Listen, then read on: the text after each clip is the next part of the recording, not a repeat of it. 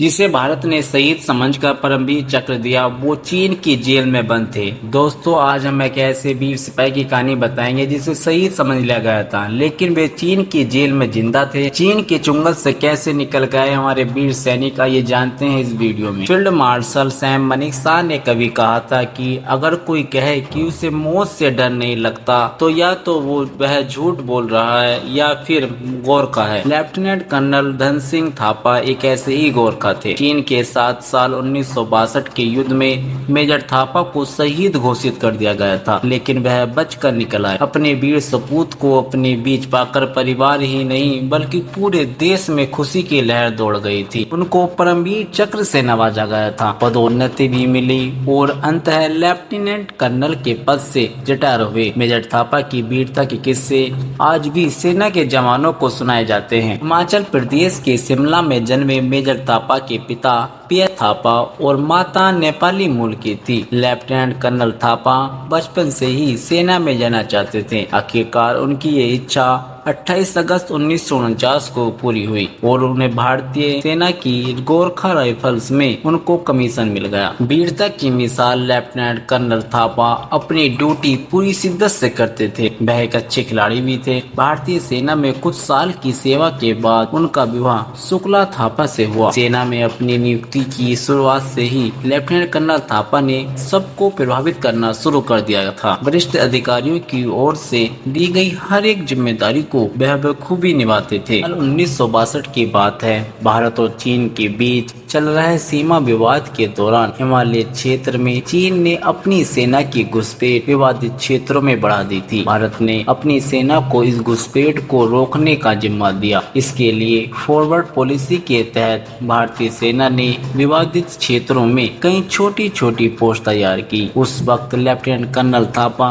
Major के पद पर थे और लद्दाख में तैनात थे। वह फॉरवर्ड पॉलिसी के तहत श्री जब पोस्ट स्थापित की गई, जिसका जिम्मा पेंगोंग झील के उत्तरी किनारों पर 8वीं गोरखा राइफल्स की पहली बटालियन की डेल्टा कंपनी को दिया गया था। इस कंपनी का नेतृत्व मेजर धन सिंह थापा कर रहे थे। द टेलीग्राफ की एक रिपोर्ट में बताया गया कि तब प्रधानमंत्री कार्यालय की ओर से पोस्ट बनाने का आदेश तो दे दिया गया था, पर उसकी दुर्गम भौगोलिक स्थिति का ध्यान नहीं दिया गया।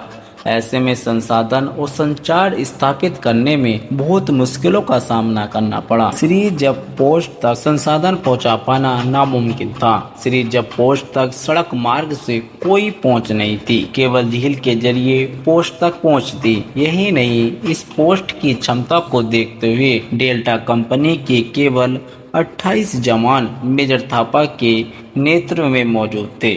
भारत सरकार को उम्मीद थी कि उनके इस कदम से चीन की सेना हमला करने की हिमाकत नहीं करेगी, पर हुआ इसके विपरीत। चीन की सेना ने भौगोलिक स्थिति का फायदा उठाते हुए युद्ध शुरू कर दिया। श्री जब पोस्ट पर अपने साथियों के साथ तैनात मेजर थापा के कंधों पर 28 वर्ग चीन से बचाकर रखने का जिम्मा था। वे अपनी इस पोस्ट पर मुस्तैदी से लड़ते रहे। उस लय चीनी सैनिकों को उम्मीद नहीं थी कि 28 सैनिकों की इस पोस्ट पर उनको इस कदर मुकाबला करना होगा। मेजर थापा की अगुवाई में गोरखा सैनिक अपनी पूरी ताकत से दुश्मनों से लड़े। बड़ी संख्या में चीन सैनिकों को मार गिराया। गोरखा सैनिकों की वीरता के आगे पोस्ट पर कब्जे को लेकर चीन के सैनिकों का पहला प्रयास नाकाम रहा। इस तरह का जवाब देकर दुश्मन चीनी सैनिक हैरान थे कि समझ में नहीं आ रहा था कि आखिरकार क्या करें। एक एक कर पोस्ट पर कब्जा करने के चीनी सैनिकों के 3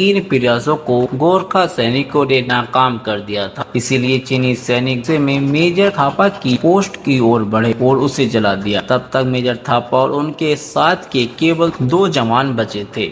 उनका गोला बारूद भी खत्म हो चुका था। ऐसे में उन्होंने अपनी बंदूक के आगे लगी खुकरी या चाकू निकालकर कई दुश्मनों को मार गिराया। हालांकि मेजर थापा और उनके साथी इस पोस्ट को नहीं बचा पाए और बंदी बना लिए गए, लेकिन भारतीय सेना को उनके बंदी बनाने की खबर नहीं मिल पाई। इसलिए मान लिया गया कि वे अपने साथियों के साथ ही शहीद हो गए होंगे। इनकी ओर से शहीद भारतीय सैनिकों की एक सूची भारत को सौंपी गई, जिसमें जिसमें मेजर थापा का भी नाम था। इसके बाद मेजर धन सिंह थापा के परिवार वालों ने उनका अंतिम संस्कार भी कर दिया। दूसरी ओर चीन के सैनिकों ने मेजर थापा के साथ काफी क्रूरता की, लेकिन मेजर थापा ने अपनी सेना और सरकार के खिलाफ बयान नहीं दिए। उनको भयानक शारीरिक यातनाएं दी गई, पर लेकिन उन्होंने कुछ नहीं बोला। इसी बीच मेजर थापा के साथ बंदी बनाए गए राइफलमैन तुलसी राम थापा चीनी सेना के कब्जे से भाग निकल आए और अपने लोगों को मेजर थापा के जिंदे होने की बात बताई, जिसके बाद भारतीय सेना ने उन्हें वापस लाने का काफी प्रयास किया और युद्ध खत्म होने के बाद भारतीय सेना इसमें सफल रही। सैनिकों ने उन्हें छोड़ दिया था,